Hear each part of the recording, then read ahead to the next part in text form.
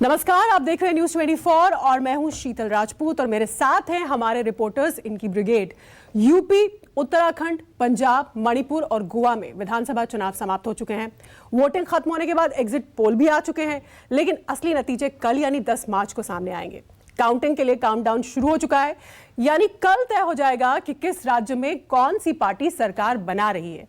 लेकिन एजेंसीज के इन exit poll से इतर आज न्यूज 24 अपने उन रिपोर्टर से चर्चा करेगा जिन्होंने ग्राउंड जीरो पर रहकर पूरा समय चुनावी माहौल को भांपा, जनता की नब्ज को टटोला, वोटर्स का मूड जाना। ग्राउंड जीरो पर रहने वाले हमारे इन रिपोर्टर्स ने व्यापारियों और किसानों से बात की, आधी आबादी और युवाओं से बात की, सबके मन की बात सुनी, जिसके बाद न्यूज 24 रिपोर्टर्स ने अपना एक खुद का आंकलन तैयार किया है और आज हम उसी आंकलन के आधार पर अपने रिपोर्टर्स से चर्चा करने वाले हैं कि चुनावी नतीजों को लेकर उनकी ग्राउंड रिपोर्ट क्या बोलती है।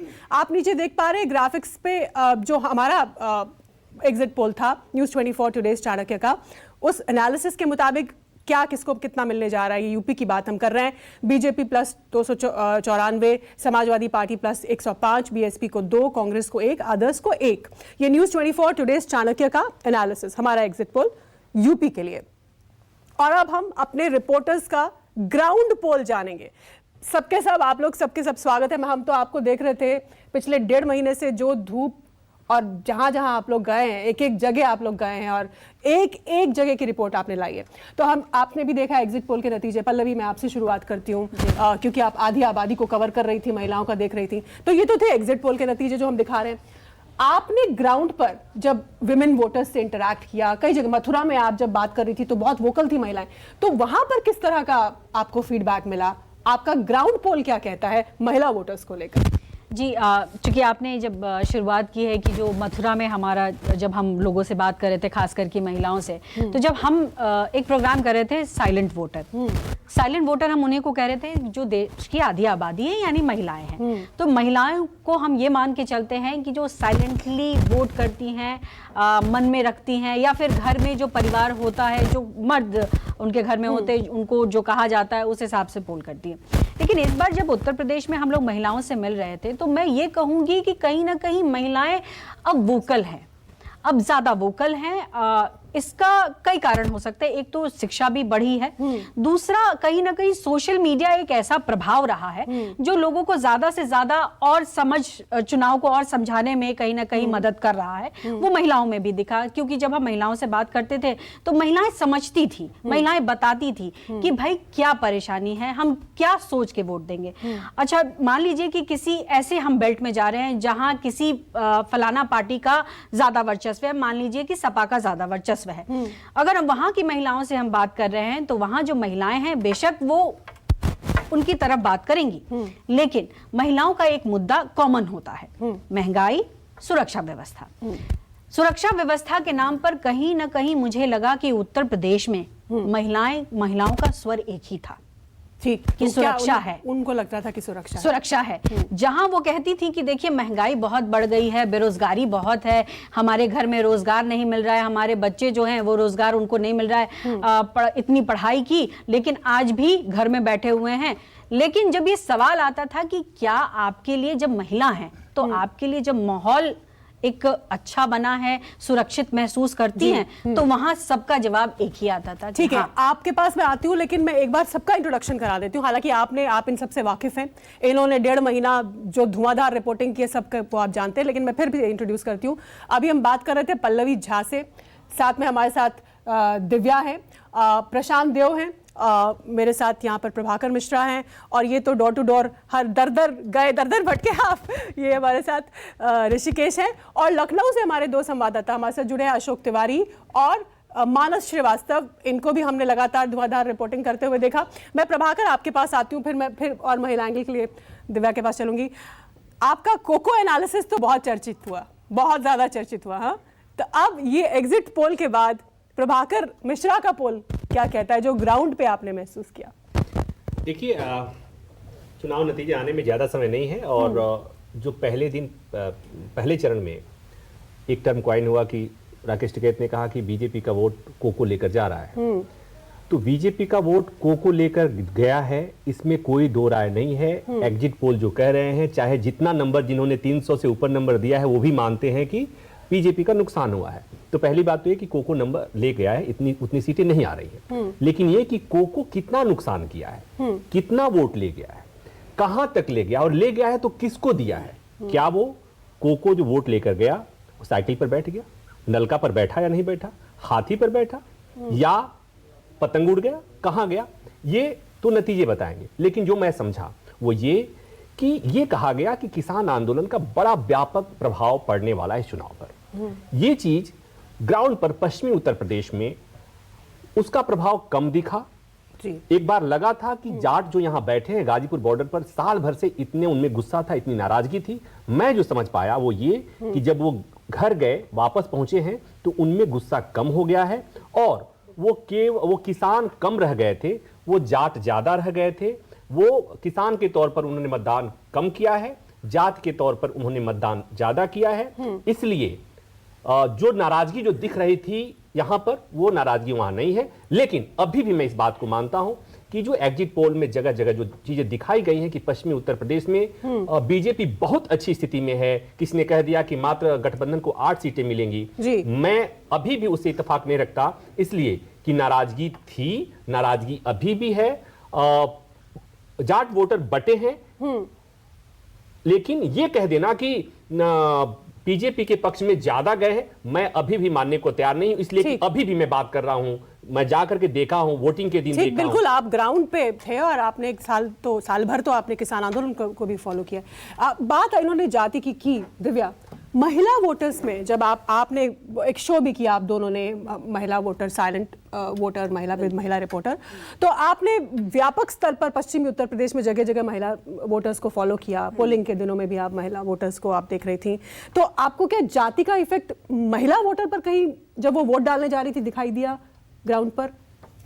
बिल्कुल, देखिए इस बात से हम नकार नहीं सकते इस बात को कि उत्तर प्रदेश की राजनीति हो और जाति की बात ना हो। लेकिन शीतल जी, सबसे बड़ा अनुभव जो रहा कि महिलाओं की अगर बात करें तो महिलाओं से जब हम बात करना चाहते थे तो वो खुलकर अपनी बात एकदम से नहीं रखती। जैसे ही आप उनको अप्रोच करोगे, उनको काफी ग्रिल करना पड़ता था कि अपनी बात वो रख सकें। चाहे वो मुस्लिम महिला, मैं मुस्लिम महिलाओं के पास बहुत ज्यादा गई और वो तो बहुत ज्यादा अपनी बात खुलकर नहीं रखती थी, लेकिन जब उन्होंने अपनी बात खुलकर रखी तो मुझे कहीं ना कहीं नाराजगी मौजूदा सरकार के लिए दिखी। हालांकि दो जो इश्यूज थे वो बहुत बड़े महिलाओं के लिए नजर आए मुझे। एक तो प्रधानमंत्री जो आवास योजना मुझे मेरठ, अलीगढ़, सुल्तानपुर, अमेठी, ये सब एरियाज मैंने कवर किए और गांवों में जब हम गए तो हमने देखा कि मुस्लिम एरियाज में भी आवास योजना पहुंच रही है।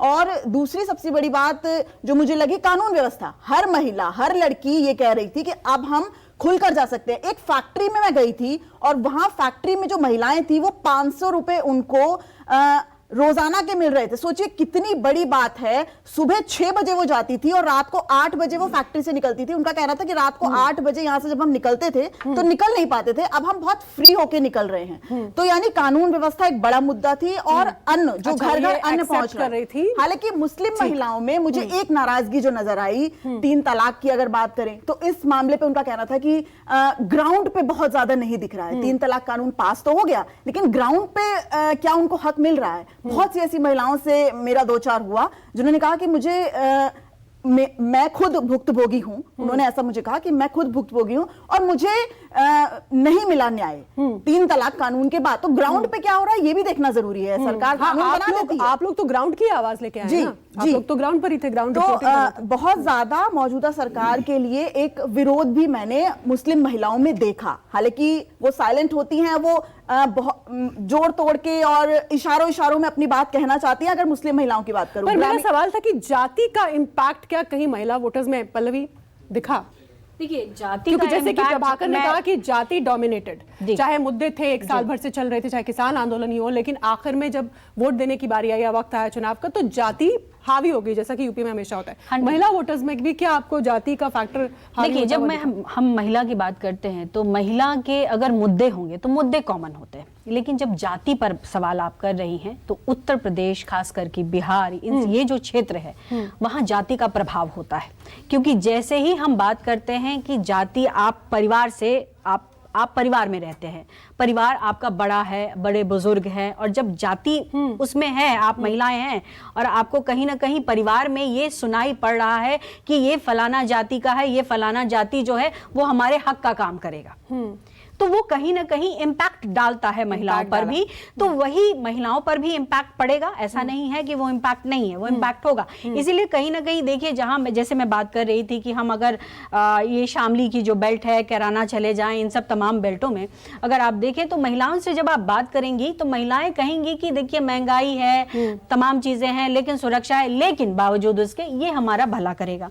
यानी कहीं ना कहीं जाति का प्रभाव है और वो प्रभाव महिलाओं में भी दिखेगा। ठीक, प्रशांत, आप भी अलग अलग इलाकों में गए, हमने आपकी रिपोर्ट्स भी देखी, हमने आप पोलिंग डे पे आपसे बातचीत भी की, कई सारे पोलिंग बूथ्स में जब आप थे, तो युवाओं की खास तौर से आप नब्ज पकड़ रहे थे, तो युवा वोटर्स का सर्वे अगर हम आपसे जानना चाहें तो क्या था आपके मुताबिक ग्राउंड पर? देखिए, पश्चिम से लेकर के पूरे पूर्वांचल तक आप युवाओं की बात कीजिए या एक जनमानस की बात कीजिए, युवा की बात आपने पूछी तो युवाओं के जो अपने मुद्दे हैं, सबसे बड़ा मुद्दा है बेरोजगारी और रोजगारी का। उसकी चर्चा तो हुई, यंग लड़कियां, यंग लड़के जब हमसे बात करते थे तो कहते थे कि बेरोजगारी मुद्दा है हमारे लिए, लेकिन एक उसमें वो स्मेल नहीं आ रही थी कि इस मुद्दे की वजह से हमको कोई सरकार बदल देनी है। ठीक, मतलब उस स्तर पे नाराजगी नहीं थी। अच्छा, ये बड़ा पॉइंट आप कह रहे हैं। ये स्तर पे नाराजगी नहीं थी, लेकिन जैसे ही आप उस सेगमेंट में पहुंचते हैं कि जहां जो सरकार से नाराज पहले से ही लोग हैं, तो वो उसको एकदम पलट, वो उस पे बुलडोजर चलाते थे कि नहीं बदल देना है, एकदम सरकार बेकार है, ये है, उस तरह की आवाज हमको सुनाई देती थी। लेकिन जैसे हम लोगों ने सब लोग पूरा घूमे, एक्सटेंसिव घूमे, ये जो एग्जिट पोल वगैरह आए हैं, इनकी मशीनरी क्या है, कैसे है, ये तो हम नहीं जानते। एक सिंपल रिपोर्टर की तरह, सामान्य रिपोर्टर की तरह रैंडमली कहीं भी, मतलब आपके ये किसान लैंड जो कहा जाता है, जाट लैंड, वहां से लेकर के पूर्वांचल कास्ट लैंड तक यात्रा की। फर्स्ट साउंड, क्या जाति यूथ पर हावी था? हर जगह जाति। देखिए, उत्तर प्रदेश का चुनाव का मतलब है जाति और युवा, तो हाँ, युवा। तो जाति को काटने के लिए भी हर पार्टियां जाती है। जैसे कि आप बनारस की रोहनिया सीट है जी, हर पार्टी के कैंडिडेट पटेल है, और जो उस चुनाव मतलब वहाँ योगी मोदी, वहाँ योगी मोदी फैक्टर, अगर योगी मोदी फैक्टर होता तो वहाँ पे किसी ब्राह्मण को उतार दीजिए, किसी राजपूत को उतार ना, वहाँ भी पटेल आपको उतारना पड़ा। सभी सारे कैंडिडेट वहाँ पटेल है। मतलब मुझे आप लोगों से बात करके लग रहा है कि कुल मिला के जाति डोमिनेटेड, जाति डोमिनेट तो होता है, लेकिन ये एक सेंस जो निकल के आता है ना, कि आप लोगों से जब बात करें तो एक सेंस निकल के आता है, तो वो मौजूदा सरकार को हराने का सेंस कहीं नहीं था। जो ऐसा नहीं था। गठबंधन, जो समाजवादी पार्टी का गठबंधन है, वो अपने ब्रैकेट में बहुत स्ट्रांग दिखे इस बार। जो अपना उनका ब्रैकेट है, सबके अपने बेस वोट बैंक है, अपने बेल्ट्स में। अब जो एग्जिट पोल मुझे जो अपने रिपोर्टिंग के आधार पे जो एग्जिट पोल में थोड़ा सा मैं इसलिए सहमत होता हूँ कि ये जो वोट है ना पिछड़ी जातियों के, जैसे आप जाति, पिछड़ी जातियां का एक छोटी जातियां हैं, छोटे परसेंटेज हैं, वो 2017 में एक जगह सिंक्रोनाइज होके बीजेपी में चले गए, नंबर ये आ गया। इस बार भी उन जातियों में कोई वैसा विरोध नहीं लगा, तो इसीलिए मुझे ये लगता है कि जो गठबंधन ने किया, उस पे समाजवाद गठबंधन की रणनीति शायद काम नहीं आई, इसीलिए नंबर है। अगर वो काम आ जाएगी तो नंबर बदल जाएंगे। मैं आपको गारंटी देता हूं कि अगर ये पिछड़ी जातियां, छोटी जातियों ने अगर वोट दे दिया इनको, तो ये नंबर पलट जाएंगे, और नहीं दिए तो नंबर यही इंपॉर्टेंट पॉइंट है। इस पर मैं बाकियों की भी राय लूंगी, लेकिन मुझे लगता है जो ऋषिकेश के पास चलते हैं, क्योंकि ऋषिकेश पहले दिन से डोर टू डोर हर दरवाजे पर गए, ये पूरे उत्तर प्रदेश में, और लगातार आप इनकी रिपोर्ट देखते आए होंगे डोर टू डोर न्यूज़ 24 में। मतलब कोई इलाका ऐसा नहीं था जिस दर पर ये नहीं गए। ऋषिकेश, क्योंकि आप ग्राउंड पर इतना एक्सटेंसिवली घूमे हैं तो, और काफी लंबे समय तक, तो आपका सर्वे क्या कहता है? शीतल जी, देखिए, जब मतगणना कल शुरू होंगे और रुझान आएंगे तो उसमें दो चीजें देखी जाती थी। नंबर एक कि जो मंडल और कमंडल, जो धार्मिक ध्रुवीकरण की राजनीति शुरू हुई पश्चिमी उत्तर प्रदेश से। आपको याद होगा कि योगी जी का कभी बनारस से चुनाव लड़ने का बात था, कभी अयोध्या वो जा रहे थे, कभी वो जा रहे थे बगल में मथुरा। तो वो फर्स्ट फेज में देखिए जो नंबर्स थे 325 के आसपास एनडीए गठबंधन थे, और पहले चरण, दूसरे चरण, तीसरे चरण में 59, 67 जो सीट थे उसमें से 55, 53 सीट बीजेपी के पास थी। इस बार जब हम लोग डोर टू डोर घूम रहे थे तो नंबर एक था कि कहीं धार्मिक ध्रुवीकरण की राजनीति नहीं चली, मतलब ये था कि कमंडल की राजनीति बीजेपी की हावी नहीं हुई। कोशिश की गई और हम लोगों ने उन्हीं गांव को चेक किया जहां पे लग रहा था कि वो कंफ्यूजिंग है। आपको लग रहा है कि धार्मिक ध्रुवीकरण नहीं वाला चली। दूसरा, फैक्टर नहीं, उसके मुकाबले मंडल की राजनीति चली। मंडल में भी अब सवाल ये था कि क्या मायावती अपने वोट बैंक को, या जो 19 और जो 17 के विधानसभा चुनाव थे, क्या उसको वो सस्टेन कर रही है, क्योंकि 10 लोकसभा की सीटें 19 में है बहुजन समाजवादी पार्टी के पास। तो हमने जब एससी जो उनके कोर वोटर हैं, जो कहते हैं नीला झंडा हाथी निशान यही उनकी पहचान जी, तो वहां जो पहला फैक्टर था उसको प्रभावित करने का वो राशन था। जो डबल इंजन की सरकार थी उसको आखिरी 6 महीने में डबल कर दिया गया। बावजूद उसके ऐसा एक बड़ा तबका था जो मायावती जी के वोटर उनके साथ दिख रहे थे। उनको लगता था कि मायावती जी प्रचार नहीं कर रही है तो उनके पीछे कोई पॉलिटिकल साजिश है। अच्छा। उनको लगता था कि कोई पार्टियां उनको उस तरीके से नेतृत्व नहीं दे सकती है सदन में मायावती से बेहतर, इसीलिए वो उनके साथ दिख रहे थे। अब सवाल है कि क्या, लेकिन ये बिल्कुल सच है लेकिन कि जो क्या राशन, उनका वोटर वाकई वैसे ही टिका रहा और उन्होंने जो मैक्सिमम वोट था वो उनके साथ दिख रहा था। नंबर 2, जैसे जैसे चूंकि एंटी इनकम्बेंसी बीजेपी का जो टिकट डिस्ट्रीब्यूशन था, जब दारा सिंह चौहान और ओम प्रकाश राजभर जैसे नेता और सैनी जैसे नेता जब बीजेपी पार्टी छोड़कर आए तो एक जातिगत समीकरण सामने आया। लिहाजा बीजेपी को एंटी इनकम्बेंसी का सामना करना पड़ा। वो उतने तादाद पर सीट नहीं काट पाए, अपने प्रत्याशी नहीं बदल पाए, लिहाजा उनको प्रत्याशियों के खिलाफ सबसे ज्यादा नाराजगी थी। बावजूद इसके चूंकि चेहरा मजबूत था योगी जी का अखिलेश यादव के मुकाबले, क्योंकि उन पर यह चस्पा था कानून व्यवस्था को लेकर। कानून व्यवस्था बीजेपी का सबसे मास्टर स्ट्रोक रहा इस पूरे चुनाव में। अच्छा। क्योंकि कानून व्यवस्था ने तमाम जातियों की दीवारों को तोड़ दिया। उसमें आप महिलाओं को देख ले, युवाओं को देख ले, जातिगत समीकरण देख ले। ये बड़ी बात आप कह रहे हैं कि कानून व्यवस्था ने जाति की दीवार को तोड़ा, जबकि जाति एक डोमिनेंट फैक्टर। एक और था कि जो मुस्लिम वोटर थे, जो सबको निगाह में था, 19% उत्तर प्रदेश में मुस्लिम वोटर्स हैं। पिछली बार आप देखें कि 23% बीएसपी का वोटर था, उसमें से 7 या 6% वोटर समाजवादी पार्टी के अलावा बीएसपी को मिलता रहा, जो उनका समीकरण था, जो 2006 में उन्हें 206 सीट पर दे गई। इस बार मुस्लिम और यादव का समीकरण कंप्लीट 19% और 9%। आप 26-27% से अखिलेश यादव समाजवादी पार्टी उत्तर प्रदेश में अपना चुनाव शुरू कर रहे थे। ठीक। और जब हम लोग घूम रहे थे डोर टू डोर में तो ये चीजें दिख रही थी। लेकिन दिक्कत क्या था कि जो कमंडल की राजनीति, चूंकि मंडल के साथ जो कमंडल की राजनीति थी उसको बीजेपी ने साथ रखा था। जो नॉन यादव ओबीसी जातियां हैं वो उतने स्तर पर नहीं जुड़ पाई समाजवादी पार्टी के साथ, बीजेपी के साथ वो इंटैक्ट रही।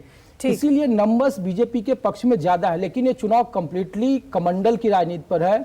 और जब जब मंडल और कमंडल सामने होते हैं तो कोई ह्यूज नंबर सामने नहीं आता है। इस तरह ग्राउंड में ये पता चल रहा था। बिल्कुल। लखनऊ चलते हैं, मानस और अशोक तिवारी के साथ में। मैं बता दूं दर्शकों को कि अमित पांडे भी हमारे साथ जुड़े, जिन्होंने पंजाब में घूम घूम कर पूरे पंजाब भर की रिपोर्ट्स आप तक पहुंचाई, हर जगह से, हर इलाके से। उनसे हम पंजाब की बात करेंगे, लेकिन पहले मैं लखनऊ चलती हूँ अशोक और मानस के पास। अशोक, हर कोई अपना अपना ग्राउंड सर्वे बता रहा है और आप भी एक्सटेंसिवली अवध लगातार हर इलाके में घूम रहे थे। आपका ग्राउंड सर्वे क्या कहता है? ग्राउंड पोल हम इसे कहेंगे। देखिए, सबसे अहम बात तो यह है कि इस बार का विधानसभा का चुनाव पिछले जी बिल्कुल, इस बार का जो विधानसभा का चुनाव रहा है ये पिछले विधानसभा के चुनाव से पूरी तरह से अलग देखा गया है, क्योंकि इस बार के चुनाव में सीधी लड़ाई 2 दलों के बीच देखी गई है। एक भारतीय जनता पार्टी और उसका गठबंधन, और दूसरा समाजवादी पार्टी और उसका गठबंधन। किसी किसी जगह पर, कहीं कहीं किसी किसी इलाके में बहुजन समाज पार्टी ने अच्छा परफॉर्म किया है। किसी किसी जगह पर कांग्रेस के कैंडिडेट के बारे में यह कहा गया कि वो बहुत अच्छी स्थिति में है, लड़ाई बहुत सीधी जो लड़ाई हो रही है उसमें वो भी शामिल है। तो एक तस्वीर तो इस बार के चुनाव में साफ देखी गई है कि लड़ाई बीजेपी गठबंधन बनाम समाजवादी पार्टी के गठबंधन के बीच देखी गई। दूसरी बात यह है कि ये इस बार का विधानसभा चुनाव इस लिहाज से भी बेहद अलग रहा है कि इस बार मुख्यमंत्री पद के जो उम्मीदवार हैं, मुख्यमंत्री के चेहरे हैं जो, वो दोनों इस बार विधानसभा का चुनाव लड़ते हुए नजर आए। यानी कि अखिलेश यादव जो कि समाजवादी पार्टी के अध्यक्ष भी हैं, वो भी चुनाव लड़े, और मुख्यमंत्री योगी आदित्यनाथ जो बीजेपी के मुख्यमंत्री के चेहरे हैं, उनको भी आपने चुनावी मैदान में उतरते हुए देखा। तो ये दो चीजें पिछले विधानसभा चुनाव से पूरी तरह से अलग देखी गई। दूसरी बात जो अभी थोड़ी देर पहले हो रही थी कि जाति का कितना असर इस बार विधानसभा चुनाव में देखने को मिला, तो उत्तर प्रदेश के चुनाव में भले कोई भी राजनीतिक दल, चाहे बीजेपी, कांग्रेस, सपा, बसपा, इस बात से इनकार करे कि वो जातिगत राजनीति नहीं करती है, लेकिन अगर आप उनके टिकट वितरण को देखिए, अगर आप उनके गठबंधन को देखिए, तो आपको साफ नजर आएगा कि जातिगत संतुलन करने की पूरी कोशिश सभी दलों की तरफ से की गई है। दूसरी बात यह है कि इस बार जो गठबंधन है उसका एक नया स्वरूप भी विधानसभा चुनाव में देखने को मिला। यानी कि जो ओम प्रकाश राजभर पिछली बार बीजेपी के साथ थे, वो इस बार समाजवादी पार्टी के साथ गठबंधन करके चुनावी मैदान में उतरे। निषाद पार्टी के संजय निषाद पिछली बार विधानसभा के चुनाव में बीजेपी के साथ नहीं थे, वो इस बार वो बीजेपी के साथ आ गए। स्वामी प्रसाद मौर्य पिछली बार बहुजन समाज पार्टी में थे, उन्होंने बगावत की, 14 विधायकों के साथ वो समाजवादी पार्टी के गठबंधन में शामिल हो गए। तो एक गठबंधन का बदला हुआ स्वरूप भी इस बार विधानसभा के चुनाव में देखने को मिला है। लेकिन जो एग्जिट पोल्स के नतीजे हैं, बहुत मैं कह रहा हूं गंभीरता एग्जिट पोल्स मैंने कि इस बार शहरी और हमारे पोल के भी, तो उससे ऐसा तो प्रतीत नहीं हो रहा कि ये जो जातिगत गठजोड़ हुए, नए जो बने, वो ज्यादा काम किए। और यही सवाल मैं मानस से भी पूछूंगी।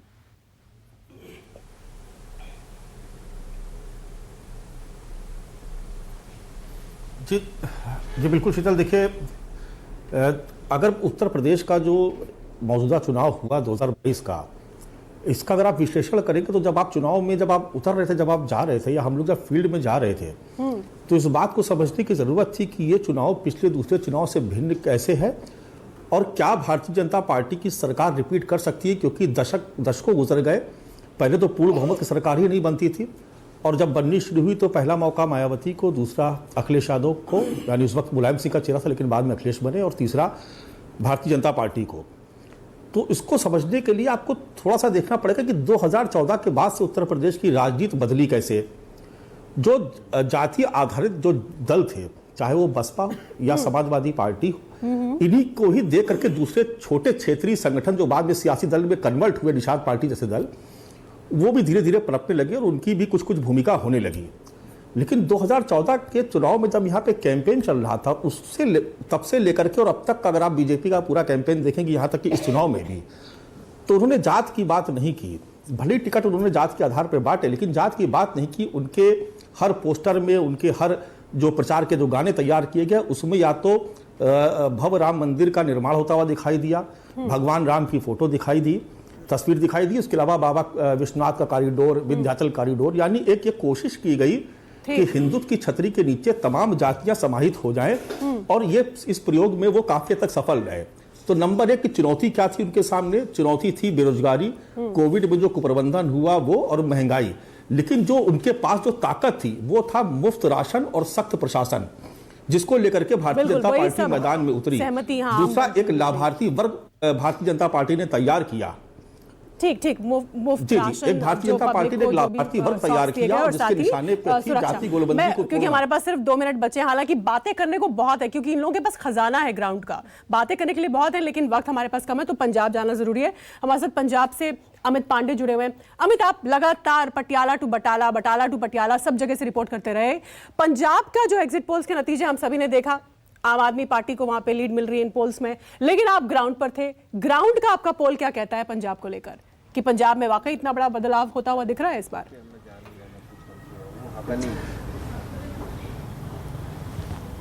देखिए शीतल, 1.5 महीने से लगभग मैंने पंजाब को पूरी तरह से कवर किया है, और शुरुआती दौर पर जब मैं पंजाब आया तो चीज़ें काफ़ी अलग थी। आम आदमी पार्टी जिस तरह अब जो जितने भी पोल्स आए हैं, एग्जिट पोल आए हैं, इतनी बड़ा शुरुआती दौर पर नहीं देख रहे थे हम लोग, क्योंकि चाहे कांग्रेस हो, कांग्रेस भी मजबूत दिख रही थी। लेकिन जैसे जैसे चुनाव नज़दीक आते गए, और सबसे महत्वपूर्ण जो मुद्दा था, मैंने जो पंजाब में अनुभव किया, युवा जो 18 से 35 साल का एक वर्ग है, ये बहुत ज़्यादा आम आदमी पार्टी की तरफ आकर्षित हुआ। जिस तरह लगातार अरविंद केजरीवाल पंजाब आना शुरू किए, उन्होंने जिस तरह गारंटीज दी, क्योंकि सबसे महत्वपूर्ण जो मुद्दा रहा है पंजाब में, वो रहा है बेरोजगारी और पलायन।